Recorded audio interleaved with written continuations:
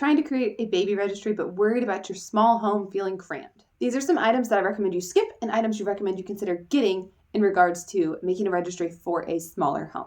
So let's jump right into it.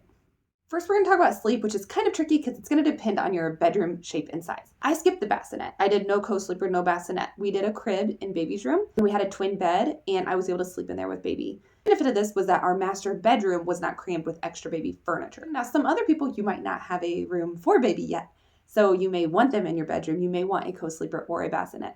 Another option, if your room is big enough, consider possibly putting a crib in your bedroom. So some of that's going to come down to size, space, and some of it might come down to budget and money.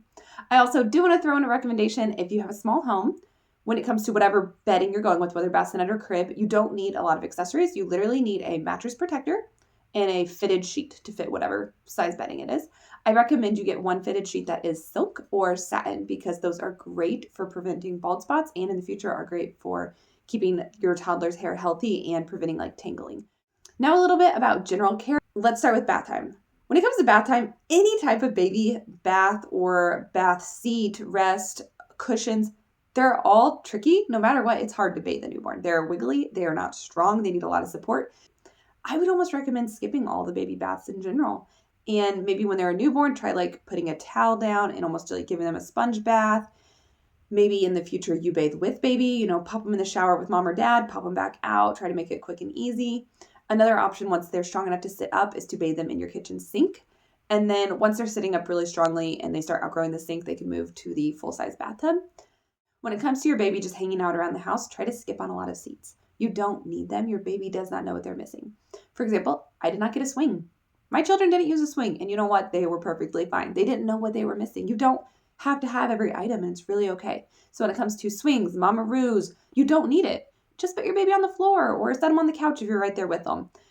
The floor is not going to hurt them. It's okay. Minimize, go small, the one you do get. Maybe instead of a swing, you go with the bouncer seat because the bouncer seat has a smaller footprint in your home and takes up less space. It's also easier to move from room to room. So if you need to go in the kitchen and do some food prep, you can move that bouncer more easily into the kitchen. Or if your home also is multi-level. That's another thing to consider. Another small item when it comes to just general caring for your baby would be the Moby wrap. This is a way to keep baby happy and on you, and it's so small to store. The Moby wrap is essentially just a large piece of cloth, and this goes for any sort of wrap. Moby was just what I used, but if it's a ring sling or a wrap that you tie, they're very, very small. They can be folded up and go in the closet on a hanger. Minimal. So not good.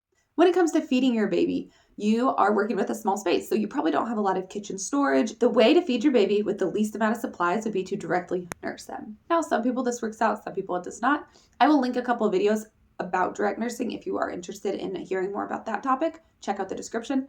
But direct nursing, you don't have to have a pump. You don't have to store milk in the freezer. You don't have to have bottles. It can be very, very minimal. Aside from that, having very few burp cloths and only one type of burp cloth. Don't get 3 different styles of burp cloth because that's more laundry, like folding, putting away, fitting into dressers. One stack is nicer. It's more simple. So get one type and it's one stack in the dresser. And then when it comes to feeding your baby, if you do go bottles, whether it's pumped milk or it's formula, I would recommend not getting too many bottles. Now, if your child's going to go to daycare, you're going to need some for daycare, so you may need more. But just say you're a stay-at-home parent, just for fun here. I would get about 5 bottles and make yourself keep up on washing them. Don't get 20 bottles and wait 2 or 3 days and then wash them all. It may seem practical, but it's just going to clutter up your home, and it would not be the route I would go. Also, by only getting those 5 bottles, would also recommend skipping the bottle drying rack. If you hand wash dishes regularly and you have a dish drying rack, use that. If you don't, just throw a towel on the counter and throw all the pieces on the towel to dry. It's not the big of a deal. You don't need a special mat for them to sit on. 2 other things when it comes to eating is, do you want a high chair or a booster seat? If your space is small, I would recommend going with a booster seat that fits in a chair versus a high chair. A high chair is creating another footprint in the kitchen and taking up space versus that booster seat is going to sit in a chair that was already there. So it's not feeling like it's taking up more. Instead of doing cloth bibs, I would do 1 or 2 silicone bibs. My recommendation would be 1 for the diaper bag, 1 that stays at home. These bibs are wiped down and they can go right back into the booster seat or high chair, or they can dry in the sink depending on your situation. But my point being, you don't need to have 8 bibs that you're washing and storing and putting away. The silicone bib is very minimal.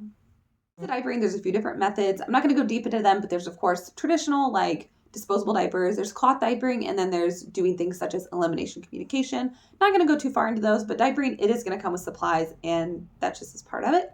I will say one item I would recommend skipping is the diaper genie. I do not think it's necessary. If you have a small home, put a trash can in your garage or even just use your kitchen trash can. You probably take the trash out pretty frequently. Throw diapers away there. I would also recommend skipping on the changing station. You can just put a quilt on the floor in your baby's room, or say my situation, I had a twin bed. I used that as a changing station. Every day I made the bed and then there'd be a quilt sitting at like the foot of the bed. That was my changing area. So don't buy a specific changing table, piece of furniture, or piece when you don't need it. I would recommend though getting a diaper caddy. I enjoyed having a diaper caddy. I would move it on and off the bed as needed, or if I wanted to take it around the house, I could. That stored all the diapers, lotions, even like hair care and just general supplies for baby. So that was a really nice thing. Let's talk about clothing. If you have a small space, you probably don't want to stock up too far ahead on clothing.